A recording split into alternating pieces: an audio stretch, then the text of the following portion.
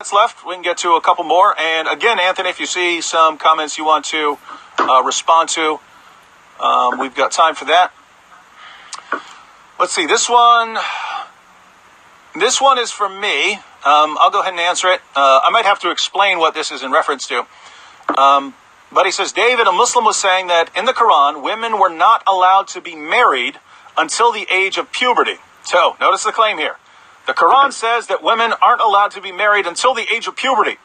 If that's the case, then Muhammad's in trouble because Muhammad had sex with a 9-year-old prepubescent girl.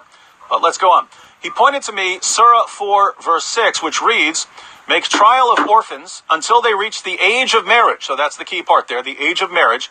If then you find sound judgment in them, release their property to them, but consume it not wastefully nor in haste against their growing up.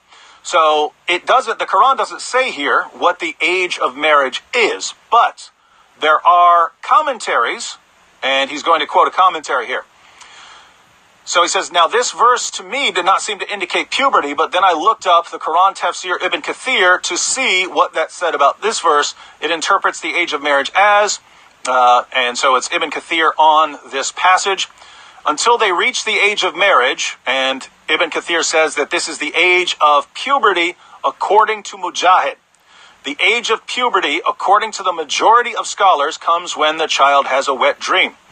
And then finishes up the question here.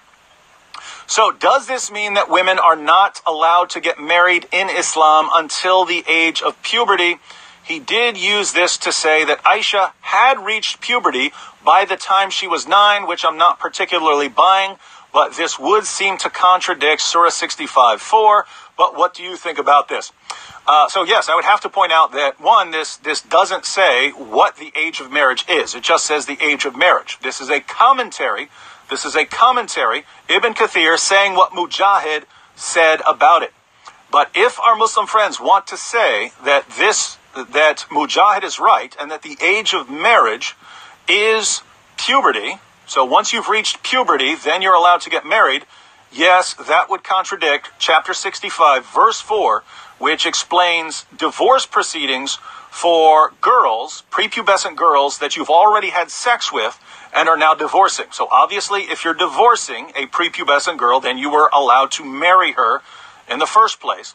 So according to the Quran, you can marry prepubescent girls who have not reached the age of puberty. And by the way, Ibn Kathir agrees.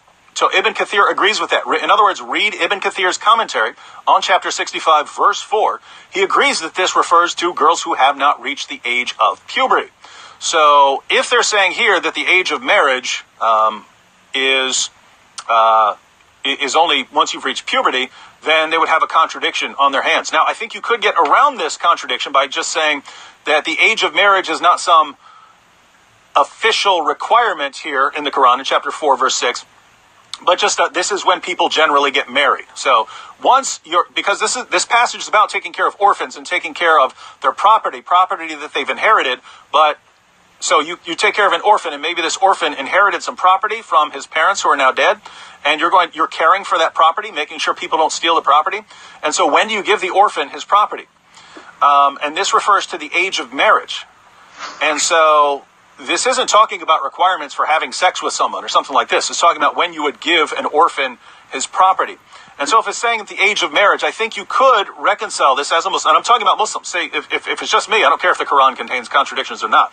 But Muslims don't want to believe that the Quran contains contradictions. So how would they reconcile this passage with chapter 65, verse 4, which says that you can marry and divorce prepubescent girls, and with Muhammad, who had sex with a 9-year-old prepubescent girl? Just to be clear, she had not reached the age of puberty. Aisha had not reached puberty according to the hadiths, right?